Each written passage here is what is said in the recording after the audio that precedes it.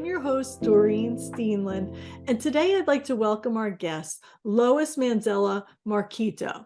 With everything that's going on in our world right now, what is the first thing that we should all be remembering about wellness, in your opinion?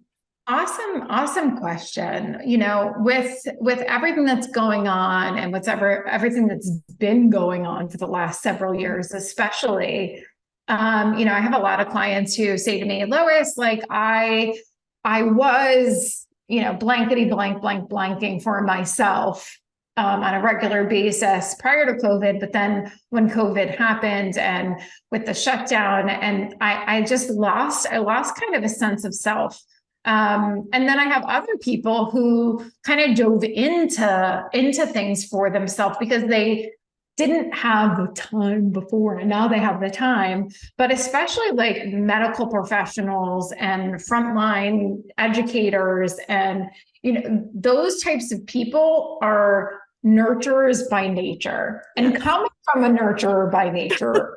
Me too. You're talking, preaching to the choir here. I know. We often preach to other people to put their mask on first. Yes. We often forget to do it. And it's not even necessarily, we don't always look at it as a punishment to other people. But if we take a second and think about how much better we are when we take care of ourselves first, and then take care of other people. It's like when we're on a plane and they say you'd never think about, like, if the plane is going down, and in a lot of day-to-day things that we experience, it feels like the plane is going down, right? Even if it's just like getting into traffic, headed to work because everybody's back on the road. Or worrying about the day-to-day interaction with patients or with students, and everyone's heightened levels of worry about their future. We all kind of need to take a step back and put their mask on first. So I think that's my biggest first step with people, is remembering, put your mask on and then put the mask on for other people. I love what you're saying, because all of our healthcare professionals are first responders. We are the ones that are running to the crisis while everybody else is running away. Right. And we can't, like, if our oxygen was gone in that moment, we would not be able to continue to help, right? So we need to get that mask on. And often our brains are telling us that if we take care of ourselves, it's selfish. I hear that over and over and over again from my clients, that self-care is selfish.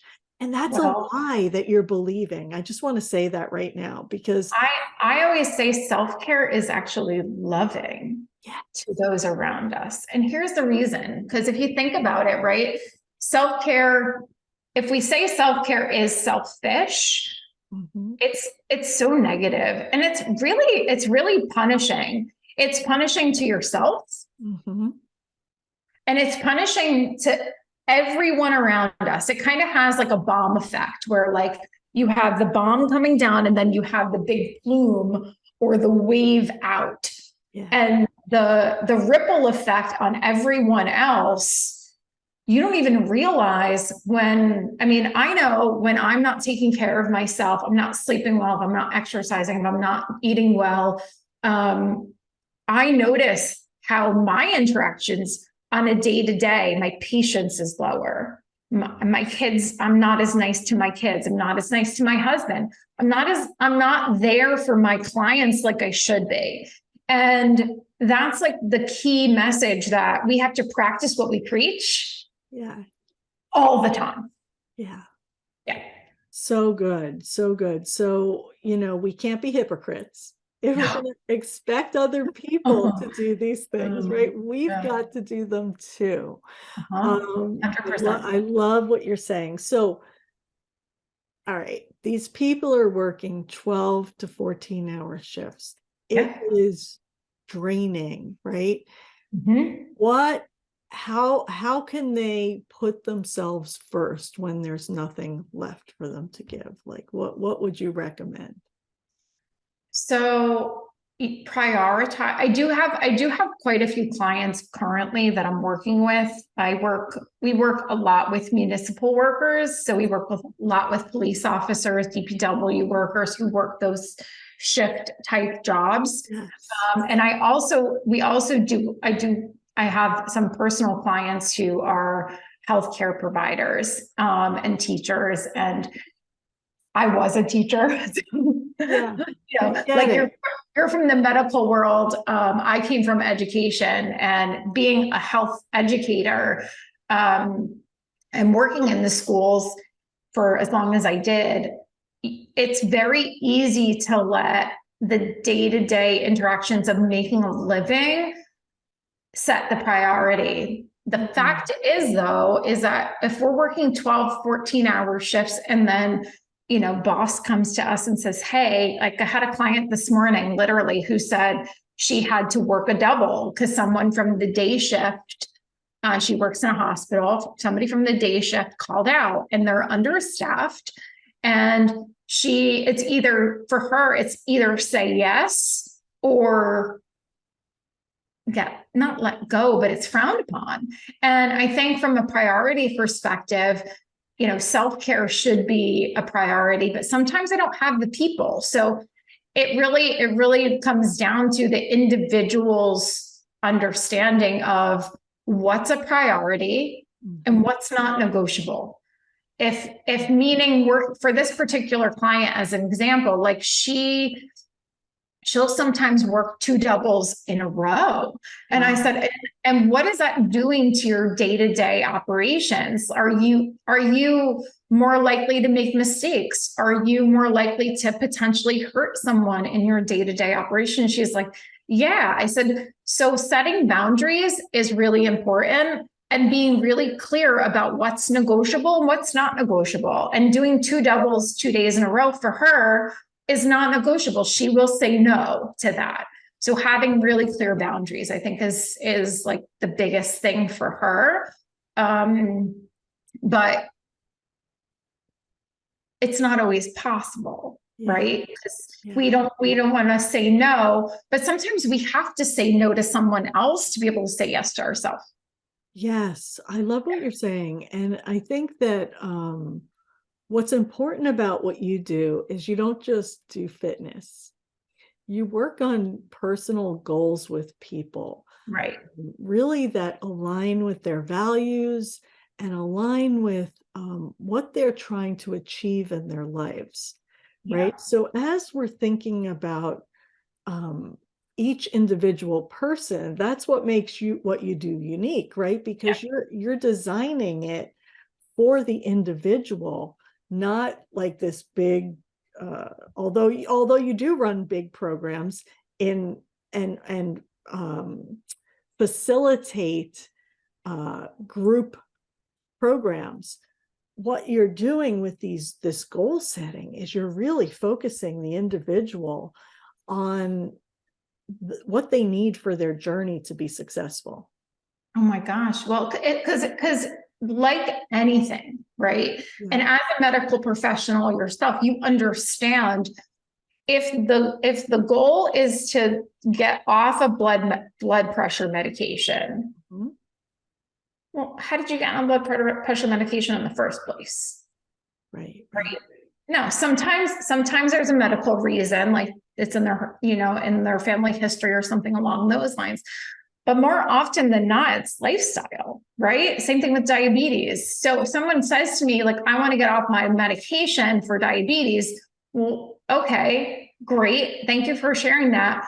But if I gave you a magic wand, and I have a pen here. So if I said, Cinderella, and Cinderella has a fairy godmother, and fairy godmother says, okay, I'm going to give you 3 wishes. And I'm the fairy godmother, and I have my magic wand, and I bibbity bobbity boo you to that goal. That's different. Yeah. And that sometimes takes people, that's hard. making a goal strategic, measurable, attainable, realistic, and timeframes. Anybody can teach about SMART goals. Yes. It's the operations underlying that to go, okay, well, is getting off of medication, is that a strategic enough goal? And I would beg to differ that no, it's not specific enough. Yeah. It's not strategic enough. That's the result of a really good goal. But what's going to be different? So, for example, I have this new client. She works in the tech industry. She works a lot of hours. She's very overwhelmed on a day-to-day basis. And I'm like, okay, so what's different? You're down 60 pounds. Yeah. 12 months from now, what's changed? And she goes, I don't know. It took an hour of pulling and digging and thinking for days about what's going to change, because that's where the underlier is, and that's where really we find the strategy. Because if we know what our destination is, getting there becomes easy, because it's so important. It's non-negotiable. For example, for a healthcare worker, a doctor who's serving the community and making sure that they're staying safe on a regular basis, or if they're a surgeon or a nurse working in the hospital, one mistake could really, really mess someone up, right? Yeah. Like their job is so important that if they don't take the time to take care of themselves, they could seriously kill someone. And the liability of that, the having to own that for the rest of their lives, that's serious. So for them, like individual healthcare is so important. But anyway, back to this client who works in tech. Yeah. She's, I said to her, I said, so what's different? And she's like, I want to be able to do things like that I think are fun, that I always used to do, that I can't do anymore. I'm like, give me an example. So she talks about getting on a roller coaster and how embarrassing it was over the summer. Her and her new husband went to a theme park because they wanted to go to Disney. So they go to Disney, and there were people who said to her, do you want to go in this area of the roller coaster because you'll fit? Yeah. The embarrassment there, the sadness, the emotional connection for her was so intense that she started to cry. And I said, okay, that could be one of the reasons. So let's start with that. What else? And then we started really dialing into what's going to be different. She's going to be able to get on a seat on a roller coaster, and she's going to feel joy. She's going to feel proud of herself. She's going to feel excited. Yeah. That's the driving factor when she gets up in the morning, and she hates getting up early, to be able to get up on days where we're not with her and work out and do her homework. Yes. What I love about what you do and what you do so well is that you are really getting underneath the surface to their motivation, their intrinsic motivation, right, so that when you're not there pushing them and prodding them, they have the thing that's the carrot out there that's going to keep them going, right? Because we all need to know our why. We need to know why we're doing what we're doing, right, in order to be successful in it. Right. And that is key with any SMART goals that we're creating, right? We want to get to that emotional level where the feelings and the thoughts and the results are all connected, so that we could tap into the power that you hold within you, because we hold this power within us. Okay. 100%. There's nothing magical out there. You're motivated by what is already inside you. You have everything you need. You just need someone to help you draw it out and get you focused. Right? Draw it out just like she did. Get you focused and move you forward on a plan and a strategy that's going to help you be successful. I love Yeah. it. Yeah. Yeah. And then everything builds from that, right? So once we have the why, then everything ties into it, right? Mhm. A squat doesn't become a squat. A squat is getting in when we're doing like lateral jumps. That's going to help you get into the roller coaster. Yes, I love it. So you're making it fun too. You're connecting it all. Yeah, because I mean, exercise can be super boring, Yeah. especially good exercise, because it takes time and practice. And sometimes movements don't really make sense. But if I say, okay, pushing this movement, this pushing movement where we're pushing a sled as like a fitness sled in someone's home gym or outside or something like that. This is going to help you move big boxes when you go to move into your new house next summer. Yeah. And like this is going to be able to help you pick up your baby easier. This is going to help you pick up a patient easier. So when you're transitioning them from bed to bed, that you keep your back safe and your back feels great on a day-to-day basis, and you wake up with energy, and like there's a fire there, but there has to be an underlier so that we can get to the things that are going to help us on the day-to-day to get to where they want to be. So we're like, the destination is where we start, and then we dial it back to day-to-day sustainable turn by turn direction. So I always say they're the driver and we're the GPS. Yes, I love it. I love it. And so what I'm hearing you say is that you're not creating muscle-bound bodybuilders. That's not necessarily what you do, but what you do is you help people to be fit in the way that they see for their lives. And that they need, because That not they everybody need. needs to push heavy weights. I mean, do I push heavy weights? Yeah. I do. It makes me feel good. I feel strong. I enjoy pushing heavier weights. Like I was weight training this morning with like 40-pound dumbbells, and some women would be like, "Oh, that's crazy." I'm not. I mean, I'm fit, but I'm not super jacked, and I lift heavy weights. It depends on what someone's goals are, and then we work it back to sustainable changes that they can make over a long period of time. But it really starts with what's not negotiable, and getting really clear about what the underliers are. And for some people, that's really difficult, and that kind of stands on its own. Like our evaluation stands alone, and I have a lot of corporations that bring us in just for the evaluation and a couple of personal training sessions. It's not the be all end all, but it's a great start, or we call it a jump start into setting and understanding what's important.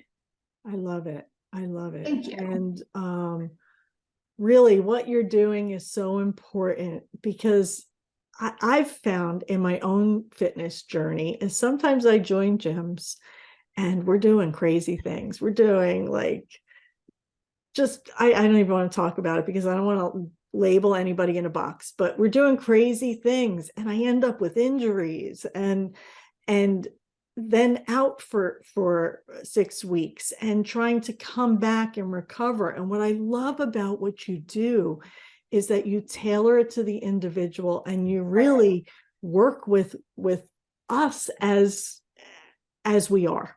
Yeah, I mean, I have systems, of course, right? So I created a system called the stoplight method, and I'm happy to share it with anybody that wants to hear about it. But it's basically, I attribute a lot of things to things that people know every day, like GPSs, and I use the stoplight method. Came from clients not understanding how hard to push when they exercise, and this system is operationally kind of like you would see in a doctor's office when or in a hospital, when a doctor says to you, on a scale of 1 to 10, how much pain are you in? Yes. Well, kind of the same thing with exercise, but I don't want somebody at a 10 ever, because they're not going to exercise the next day. I want them to be in the middle, somewhere around like 6 and a 7. But most people go, well, if you're brought up in the educational system in the United States, if you get a 10 out of 10, that's 100. Mm-hmm. Yeah. If you get a 7 out of 10, that's a C. That's yes. If you get a 5 out of 10, goodness gracious, you're failing. Yeah. Right? So that thought process on 1 to 10 doesn't work, in my opinion, for exercise. Yeah. So I created a different system that shows where red light is. When you drive a car, what do you do when you see a red light? Yeah, you stop. That's you should stop. Yeah, that's smart. Very, very smart. Otherwise, you get into an accident. Correct. Same thing with exercise. If you feel pain, to me, pain, there is no gain. Now, if you're a doctor or a physical therapist, you're trained in what's good pain and what's bad pain. Yeah. Professionals, there's a lot of variation of no pain, no gain theories. In my opinion, they're invalid and should be just like shelved forever. But in my opinion, you shouldn't be in pain when you exercise because you're not going to do it again the next day or 2 days from now because you're going to be injured and you're not going to exercise for 6 weeks, like you just said, right? Yes. So our systems of operation are built around getting started and making things sustainable so that you can do it on a regular basis and then reap the results. Excellent.